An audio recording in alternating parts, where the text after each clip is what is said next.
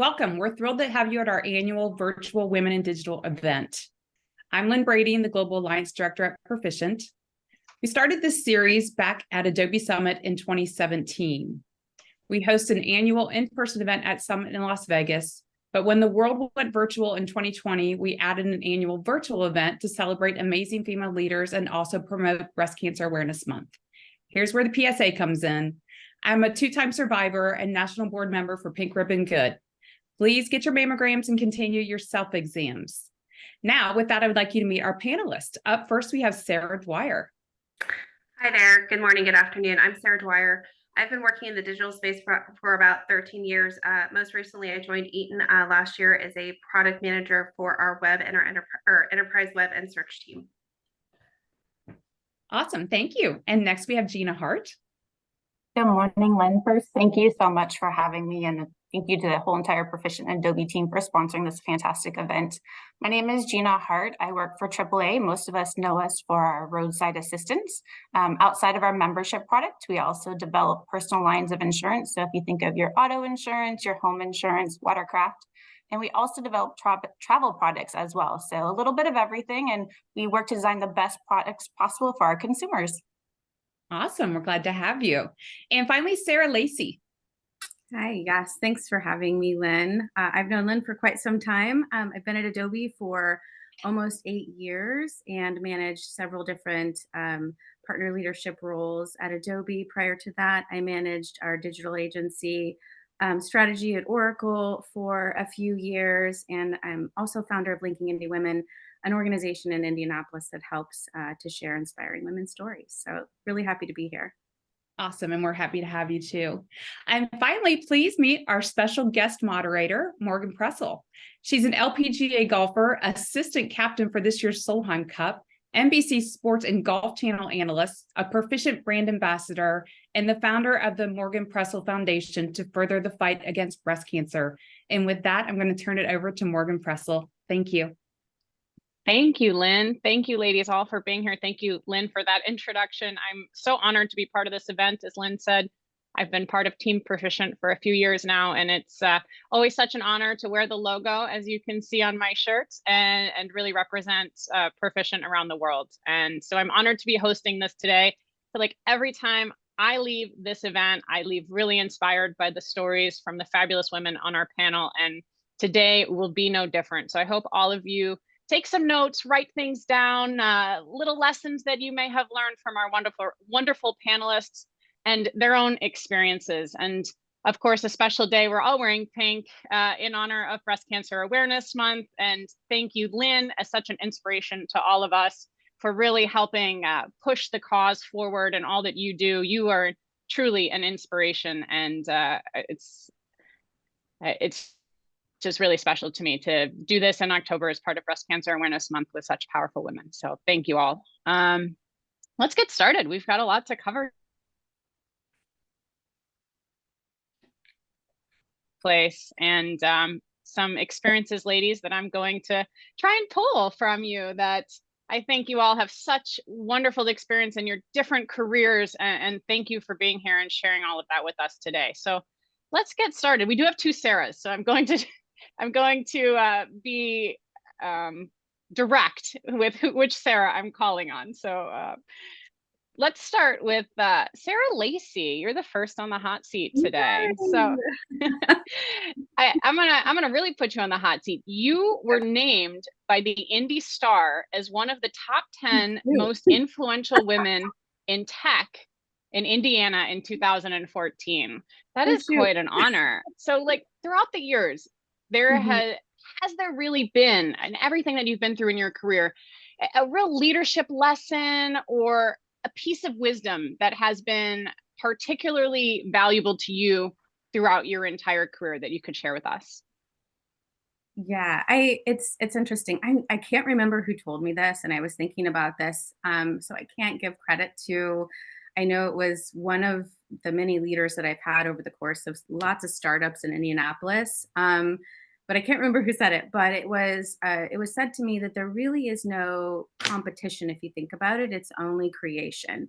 And so when you think about yourself and your personal leadership, the way you can impact that is really taking all the noise of competition and what are our competitors doing, doing research and seeing what's out there in the market, but really taking a look at what's an innovative approach and what do you want to create and where are those gaps. And so when you do that, it really does um, take the focus off all of the noise. And women inherently are innovative, you know, individuals as it is. And so it just helps us to lead with innovation and creativity versus, focusing on the competition. And that's been really something that's driven my career when I look at how I want to move forward and how I want to lead. I love that. No competition, only creation. That's a great mantra, so to speak, as a good reminder for all of us. Gina, what about you? Is there anything any type of a leadership lesson or any kind of experience that has really helped you throughout your career? Thanks, Megan. First of all, I'm writing down Sarah's because I think that is fantastic. But I'm going to go back to one that was early on, and it actually came from my grandfather. And for people, let me just kind of set the stage. He was very intimidating, had been in business for a long time, and he had this huge, huge oak desk. And one day as I'm graduating college, I got this call that I had to meet him at the office. And I was not terrified, to say the least, of what was going to come out of it. But he said, it's time for a lecture about bank deposits. Now, I naively thought in my mind he was talking about saving money, financial responsibility, which are also important. But that wasn't what he was, the importance of his message. When he referred to bank deposits, he was really talking about the time you need to invest in other people. He said, every time you meet someone, it's an opportunity for you to make a deposit into their life. How are they going to see you? How are they going to remember you? He said, life is going to take twists and turns that you're never going to expect. In your 20s, you're full of hope and you see the whole future as your oasis. He said, but things are going to happen you don't have control over.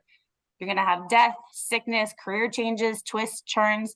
And it's going to be the people you put those deposits in that will come and help you and be by your side to celebrate the wins and be there for your darkest moments. And that really has stuck with me my entire career. It takes a village for you to find success. It takes a village for you to raise a family. It takes a village for you to find the next step in your career. And it's investing those in relationships that are going to help you find success over the course of many decades. And you said that was your grandfather? That was my grandfather. My grandfather was very influential in my life as well. And he was very tough. And when you were summoned to the office, it was usually not a good thing, but I love that. Invest in other people. And as a people person myself, I love hearing, especially like stories from you all today. So thank you for your investing in us by sharing your stories. So thank you very much. I love that, Gina. Sarah Dwyer, what about you? What have you learned that has been one of the standout pieces throughout your career? Yeah, I've been very fortunate, reflecting on what Gina said, where I've had leaders and coworkers who have made investments with me. And why that's important to me is in my career path, I don't have a historical background in digital. I'm actually a biochemist and forensic scientist by training, but here we are. And one of the things that it's a quote I'll go back to, and I don't know who to give credit to for it, but it's, if you think you can or you think you can't, you're right.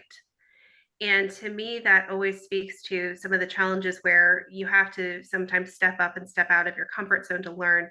And it also, I think for some, female leaders, sometimes you feel like the imposter syndrome of like, should I be here? Am I really, where did I earn my place? And, if you just go back to that little voice inside your head of, you are here because you should be here and you can do whatever you want to do. And you don't let anything in your background limit you, like your education that you have, you can always learn.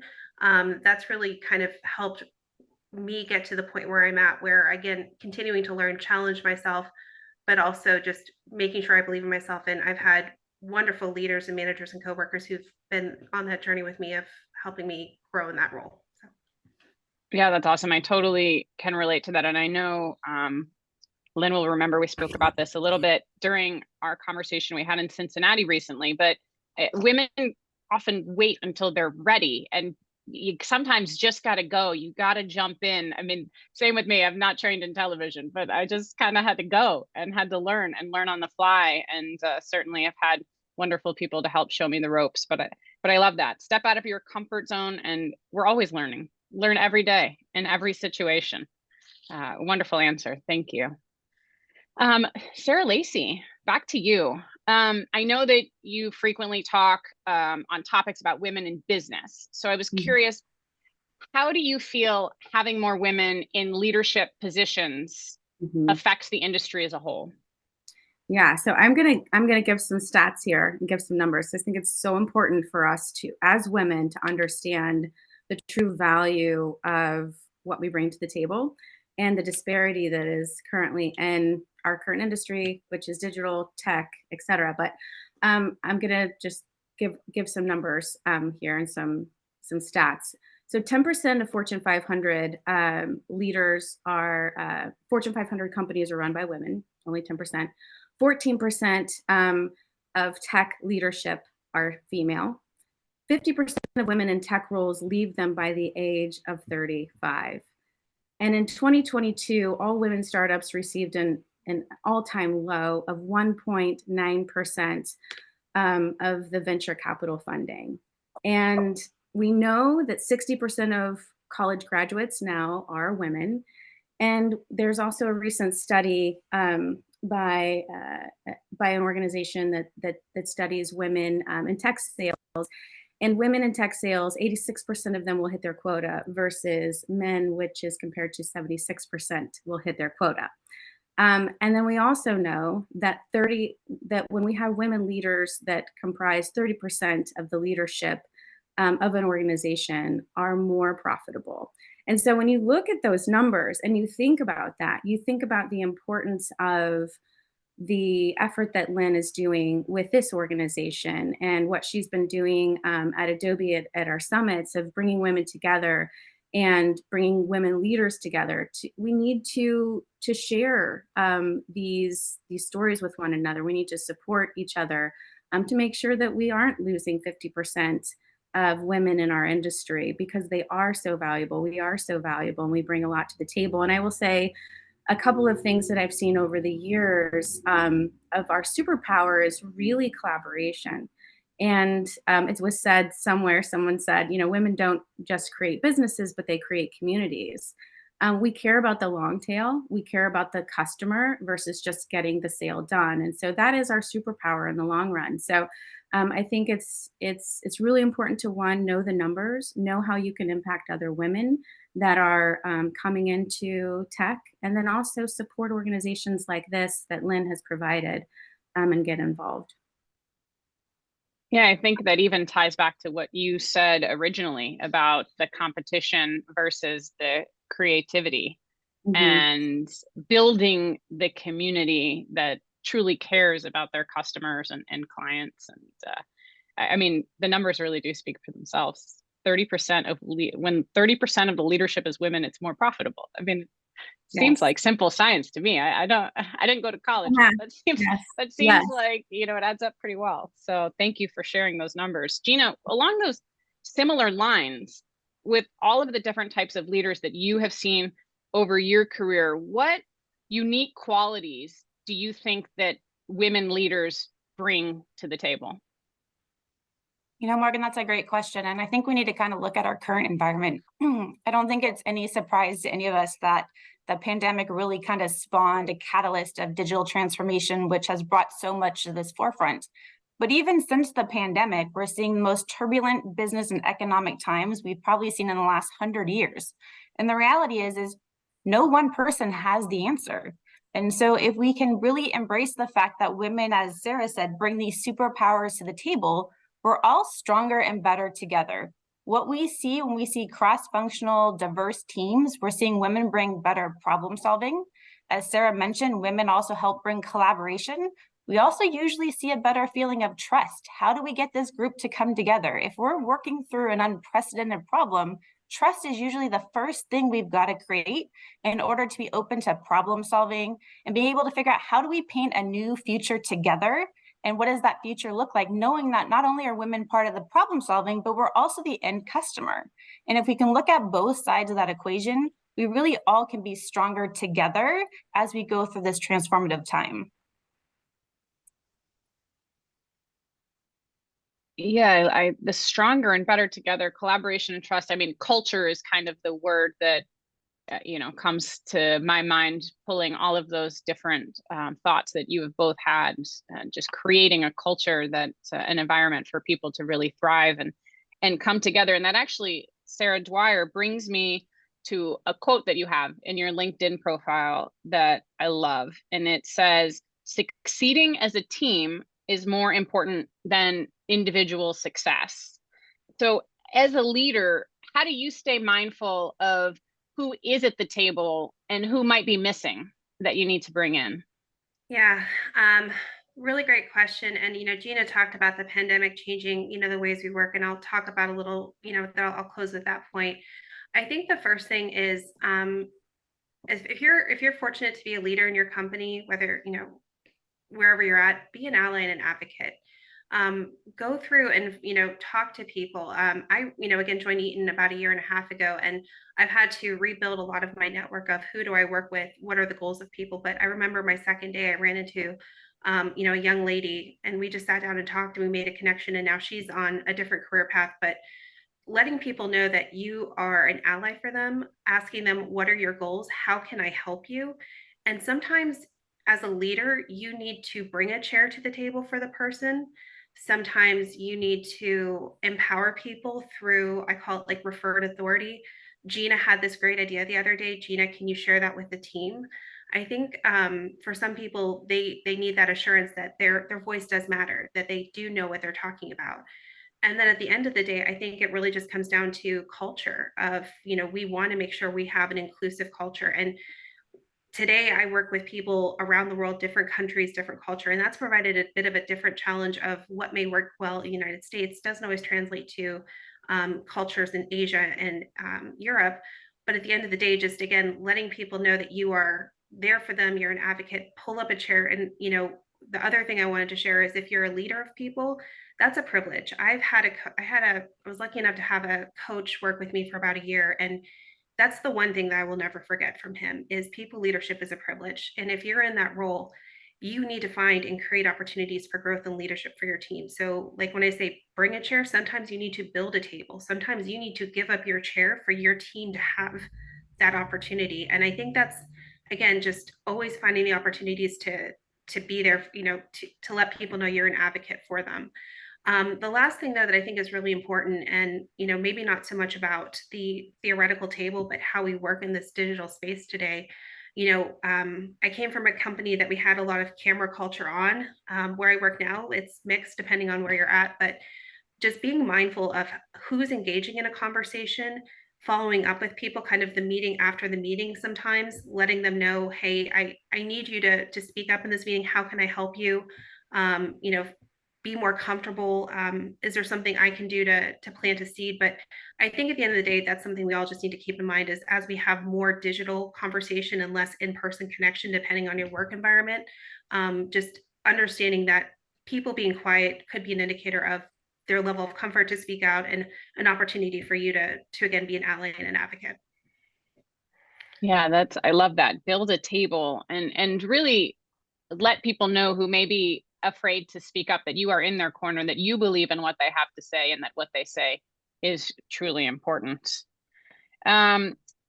Moving on, this next question is for all three panelists. No matter what business we're in, we've all had some form of a mentorship or a networking opportunity that's really helped us. I know I certainly have over many years. So let's start with Gina here.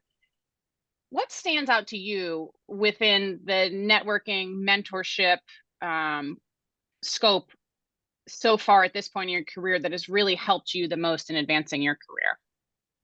That's a great question. And I really can't articulate the importance of mentorship. When I was about 20 years ago, I had the opportunity of getting mentored by a female executive in healthcare. And 20 years ago, there was not very many females executives in the healthcare industry at all. And she was a brilliant woman and very tough, very honest, very frank. But she said to find success, you need to build your triangle. And what she was referring to is as you go through life and you have a mentor, you need to look at it from really three different sides.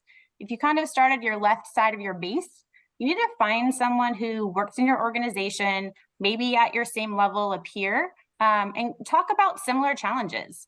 What are you facing? Are you being asked to reduce expenses? Are you having challenges with headcount? Are you having challenges with profitability and hitting revenue targets? But really find someone within your own organization that you can bounce ideas off of. We often feel that when we have a challenge, it's personal.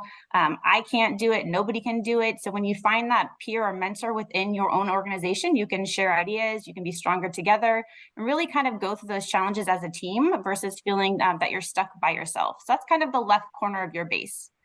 The right corner of your base of your triangle really should be a peer or a classmate, but somebody from a different company, a different industry, but someone that you can trust, and someone that you can trust to give you really unfiltered feedback. As you go through your career, there was times where I thought I deserved the promotion or I thought I did a great job. And this person really kind of every once in a while had to say, hey, you've done some great things, but maybe you're not ready for X, or maybe you need to do Y before you're ready for the next step. But he really was honest, but he was caring. He came from a good place. He always built me up, but he really sometimes gave me that unfiltered feedback I really needed to hear. And then the third part of my triangle is what I call your North Star. Find someone who's 2 levels above you, 3 levels above you, somewhere where you're really aiming to go. And let that person really mentor you through the ranks, the cultural norms, leadership expectations. We often think we know what a role is like, or we think we understand what someone's going through who's our manager or the CEO, but really that person can tell you the other side of what's behind the curtain, the things we don't know, the things they face every single day in their challenges. But really with that triangle approach to mentorship, you're really going to see all sides of where you stand in your career, where you are today, what's happening outside of your organization, and where you want to go. I love that, building a triangle. Has there been a specific person for you, Gina, that has really been that North Star that has helped you? You know, I was blessed that woman from the healthcare was willing to mentor me for 10 years, and she has just been an amazing inspiration. I mean, she went through some of the toughest challenges that we can't even fathom today as being the only female in the boardroom. I mean, being in insurance and being in technology, I walk into a room and maybe there's 20% women. When she walked into the room, she was the only woman. So clearly she had some tough challenges ahead of her, but she was able to break through them. And really she found room that there's plenty of room at the table, and she made room for more of us versus being threatened. And it's really something I've carried on with me, is that there's plenty of room. How do you, as Sarah said, make room for others, bring a seat to the table, and help others rise with you? Yeah, I love that. And I love with the triangle approach, I feel like a lot of times we think about somebody above us as to be that mentor, but having somebody even as a peer who can really help you and give you that honest feedback, especially from outside of your own industry. That's, as I've never really heard it put that way. That's very cool. Thank you for sharing. Sarah Dwyer, what about you? Has there been any you have had space that have people who have helped you in your career? Oh, more than I can name in this call. Very fortunate. I think some of them are on the call. So if you're there, thank you for attending and being part of this today. You know, it's funny when Gina said the triangle, I'm looking at some of the notes I prepared. I actually had 3 things that were extremely similar. So I think it's a good base of this, but you know, she talked about feedback. I just want to reiterate, I had a manager who told me feedback is a gift. It is both a gift to be given, it is a gift to be received. If someone cares enough to tell you what your blind spots are or where you are maybe falling short or need to improve, that's an ally. And that's not a I've given those conversations and I've been on the receiving end. It's not great for either party it's uncomfortable, but you grow. And I think that's really important. One thing that I've been fortunate to have in companies I've worked with is employee resource groups.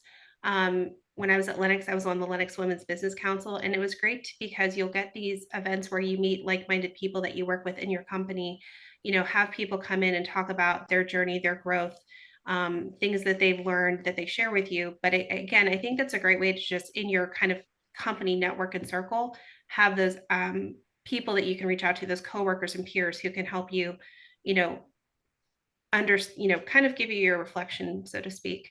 And then the last thing that Gina said, I also had in my notes of, I've done this, and I'm a very outgoing person to a certain degree, but go to someone whose job you want and interview them. Ask them how they got here. Again, ask them, what is it I'm not seeing?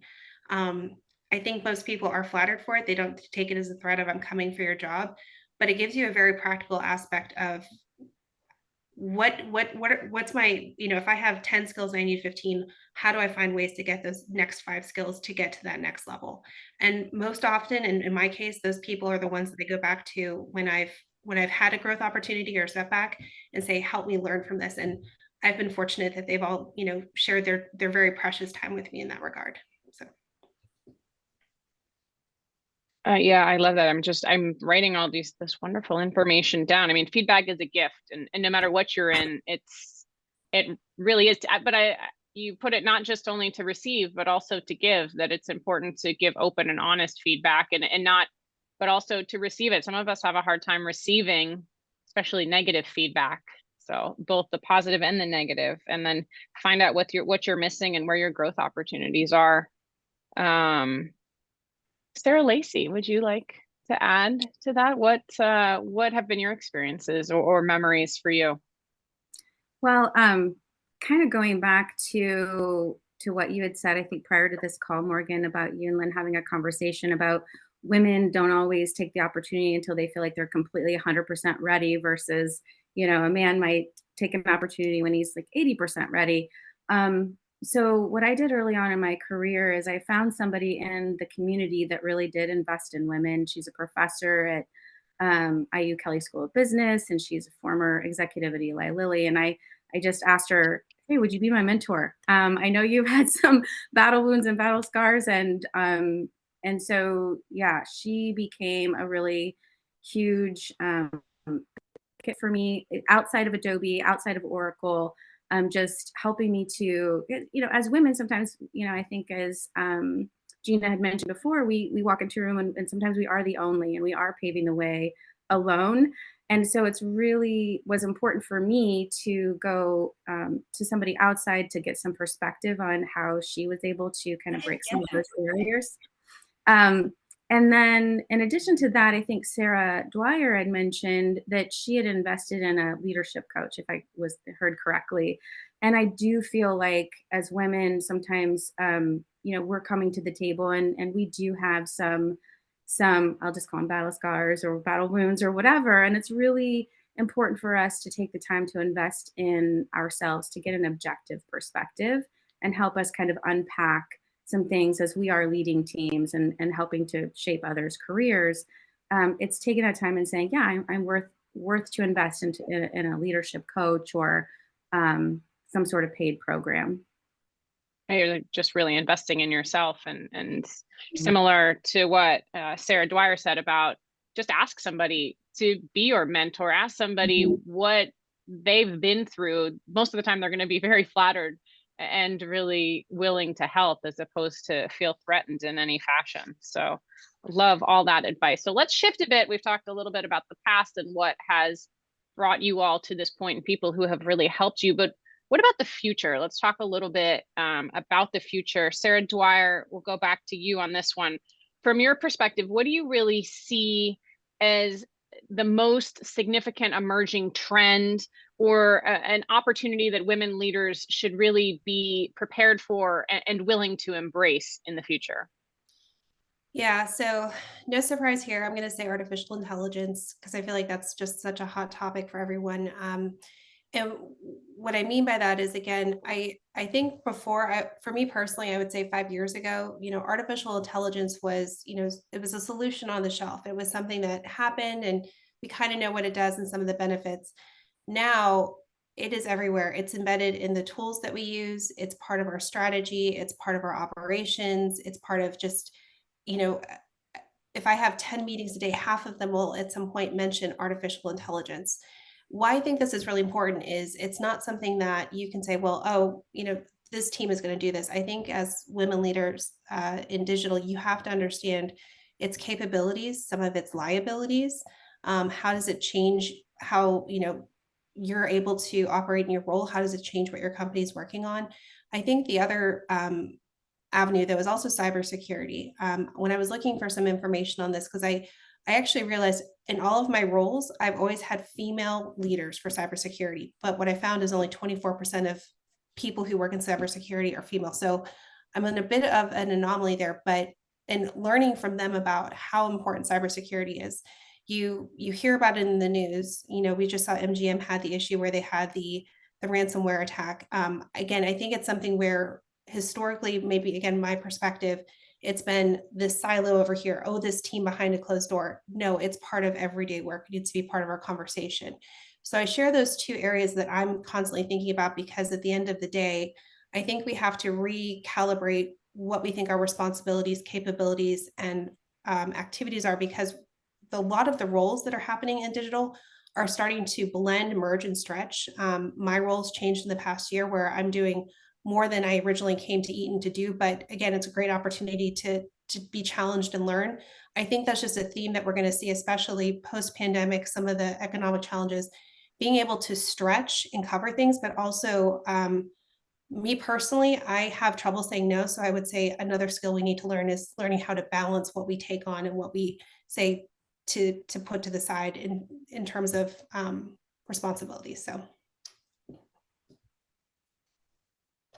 I think we could always do a better job at saying no, is just typical. I feel like women in business in general definitely have a hard time saying no, but I also feel like AI is, you mentioned, as one of the big emerging trends. It's scary for a lot of people, especially the general population, people not in tech, people not really, probably a lot of clients who are not really aware of it and or understand both the good and the bad of AI. So I think that's definitely a big part of the future. Gina, what about for you? What should our audience today be prepared for in the future? That's a great question, and I'm going to kind of add on to what Sarah was speaking to, and also talk about AI. You know, AI has been around since 20s, 30s, right? Everyone thought it was super cool when a computer could beat somebody in chess or beat someone in checkers or any other game. But as Sarah mentioned, generative AI is completely reshaping our world, and it's changing every single day. We have pretty much every mega corporation in the world investing in generative AI. And that's not a bad thing. Technology is great for us. But I think as leaders, we have two obligations that we need to focus on in the next 5 years, really, to make sure that we do this properly. The first thing as leaders is we do not have the proper laws or regulations, and we're really not prepared for what's going to come next. So it's super cute when AI can play a game or make a picture, but there's some real implications to what this looks like as we go forward, to make sure we have transparency in how we're using it, to make sure we're protecting consumers. And I don't want to leave the laws up to our regulators who know nothing about technology. So as leaders in business, we have an obligation to work with our local, state, and federal regulators to figure out how to reshape laws going forward to make sure we use generative AI appropriately and protect both us as organizations, our people, and our consumers going forward as we embrace this technology is number one. And number two, as leaders, we have to really help the next generation of what is our next workforce going to look for.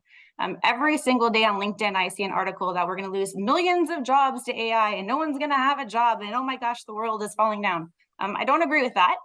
I do think the job market is going to change. Some jobs we have today will not be done by people, will be done by machines. But really, we've seen this trend all throughout history. In the 1700s, we had the agricultural revolution, right? Everybody was basically either a peasant, a farmer, or you were royalty. And this, in the 1900s, we had the industrial revolution. People worked in factories, right? And that changed. So yes, AI is most likely the biggest catalyst that will be our next industrial revolution, will change our job force. But we still have the ability to shape as people, to add that knowledge, right? The machine is only as smart as the data we provide it. And it's our job to really help shape and build the next generation. I have 2 children in high school, and I'm a firm believer that it's my obligation to help them learn, embrace technology, and prepare them for a better, brighter future. But yes, they're going to be working with AI probably every single day.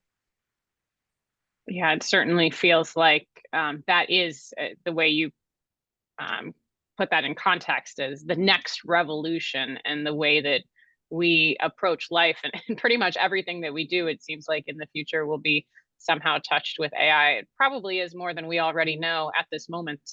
But Sarah Lacey, what about you in your role? What have you seen? Obviously, AI is a big part of it, but is either touch on AI, or is there anything else that you see as really important that women leaders need to embrace for the future? Yeah, I'll just echo what Gina and Sarah had previously mentioned. They hit a lot of the points and covered it really, really well.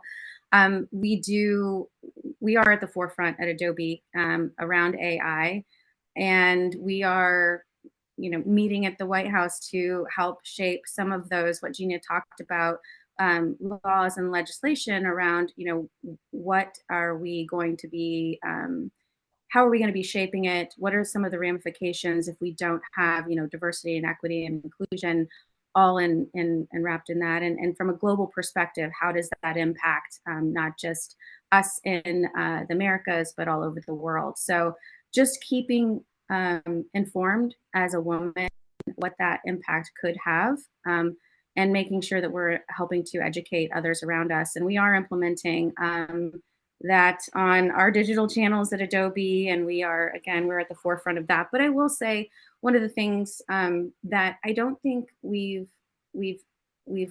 completely seen the impact or the ability for this to continue to help shape our work culture. But empathy, I think, is also part of this, where we have the ability as women, as collaborators, as future leaders that we're helping to shape as a community, to make sure that we are always talking about empathy. I mean, a few years back, it started to, I think it was right before COVID and then right through COVID, it became a really hot topic. I don't think we're done with it yet. And I think we're going to continue to see how that shapes our culture, our work-life balance, if there is such a thing, but remote working and environments and our leadership styles. I think we'll see some evolution there as well.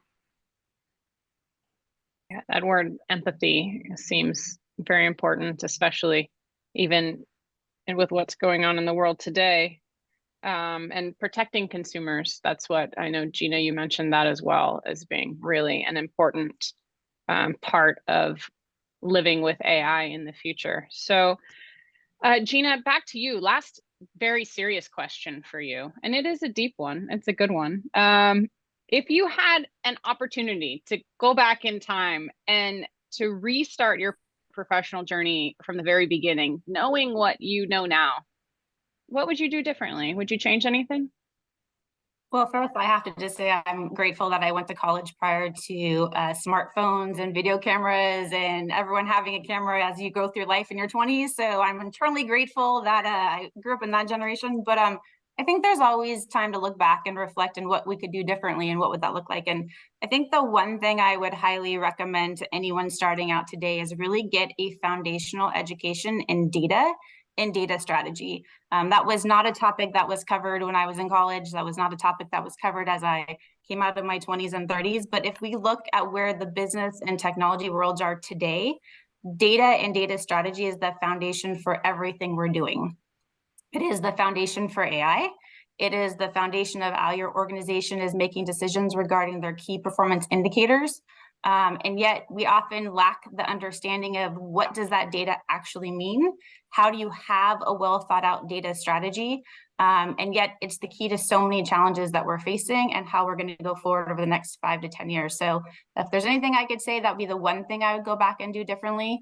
And the other thing I would just add, and this is kind of another piece of advice from my wise grandfather, was don't live the same life 75 times and call it life. Every year you should be learning. Every year you should be growing. The concept that you're going to go to college and have one job is probably not realistic anymore. So how can you proactively grow every single year and learn a new skill, a new hobby, a new language, or a new piece of technology to make yourself just a little bit better than you were the year before?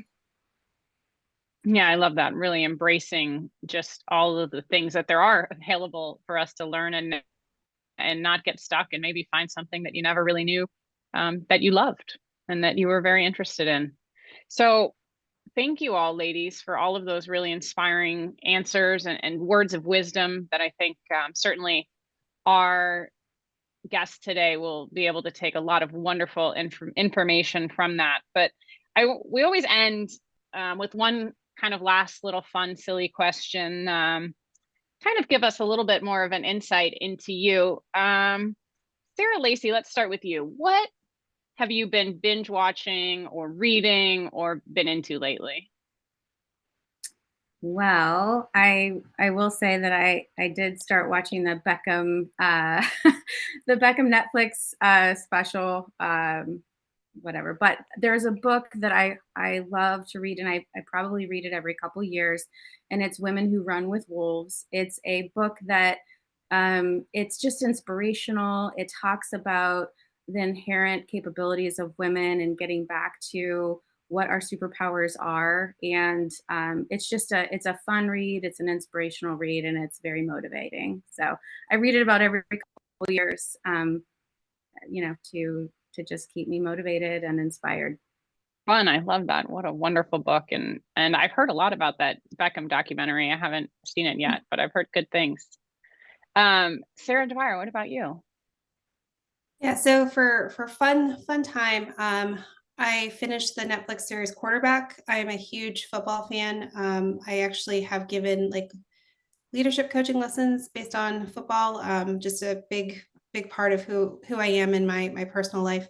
I've also, and I'm going to binge watch the Florida State one this weekend. So looking forward to that. In terms of books, there's probably people on the call that have gotten this copy for me, but What Got You Here Won't Get You There, I believe by Marshall Goldsmith.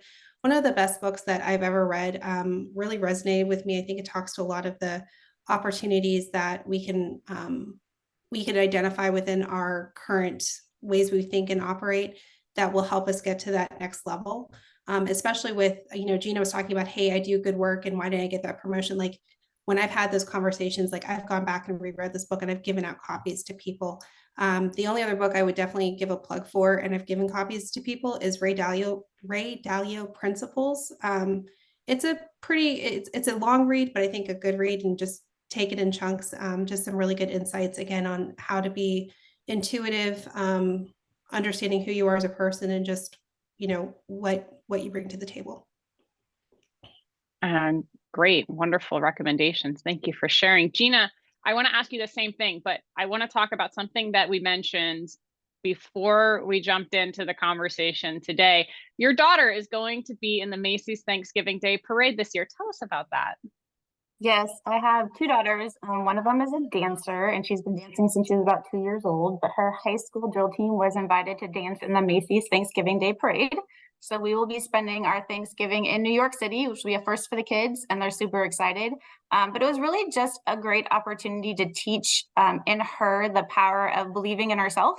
No one thought they'd be ready. She's a freshman, and she made the varsity dance team, which is unheard of in Texas. I think 300 girls tried out and they took 14.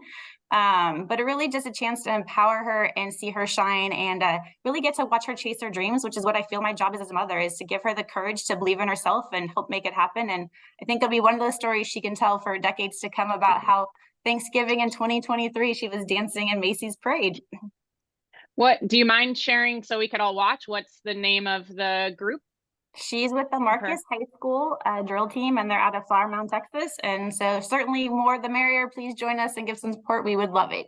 All right. I will definitely be tuning in. Anything special you've been watching or binge watching or reading? So I will agree with Sarah that the Beckham documentary is on my list too. I'm not going to lie about that. But I am also going to reveal probably a little bit about my inner nerd. I've been watching the Andy Warhol series, his diaries, that are also on Netflix. I'm not sure, most of you may not know who he is, but he was an eccentric artist in the 70s and 80s. And he was really into technology. And the reason though why I watched this docuseries, first of all, this is not a family show. Going back to the kids, I would not watch this one with your kids because he is eccentric. But what was so intriguing to me is that the diaries were actually written in his voice using AI. So what happened is Andy was shot in 1985, 86, I believe. And every day after that, he called his secretary at 9 a.m. and he would dictate the events of his life from the day before. And so there's these very detailed notes about every single day of his life. And for this docuseries, the producers were able to take only 4 minutes of a recording of him. And using generative AI, they were able to recreate his voice, his tone, his cadence, his inflection, and the actual series is in his voice and is actually narrated by him, all using generative AI. So it's just kind of a cool thing to understand him as a person and how technology is shaping our world. So that's kind of how I got drawn into that, which then led to my current book, also on the topic of AI. If you get a chance, it's called Scary Smart by Mo Gadat. And it's really about how the future of AI is going to change our world. So you can kind of see what my focus is right now, but a little bit of fun and a little bit of entertainment and a little bit of knowledge tied together. Wow, that's totally wild about Andy Warhol. Yeah. I think we're all kind of intrigued, maybe want to tune in and check that out. But thank you, ladies, so much. That is all the time that we have today. I want to thank you all for sharing your wonderful experiences and words of wisdom. To everybody here on this call, really special thank you to both Adobe and Perficient for hosting this wonderful event today, certainly for having me. It's an honor to be here. And one last very special thank you to our special host for today, Lynn Brading, who, like I said earlier, just a true inspiration to all of us. And Lynn, I'm going to throw this back over to you. Thank you so much for having me. And as always, proud to be part of Team Perficient. Oh, and Morgan, we are so proud to have you as an ambassador. I can't imagine anybody being a more perfect ambassador to Perficient than you. So thank you for all you do to promote our brand. Thank you for all you do to promote breast cancer awareness. And just thank you for being you. We are blessed to have we've become good, I'd say good friends over the years, but Morgan's a true blessing to us, and thank you. We do have, and thank you to the panelists, ladies. I mean, I just eat this up. I take everything that you say, I write down so many notes, and I learn so much every time we do this series. And so I'm grateful for you. Thank you for opening up your hearts and your minds to what you're doing in your lives and how you've gotten where you are. Just an amazing panel again. So again, so blessed. I feel like I'm the luckiest person on earth to get to work alongside people like this every single day. We do have a couple minutes. So if there are any questions, we maybe have time for 2 if anyone wants to come off mute.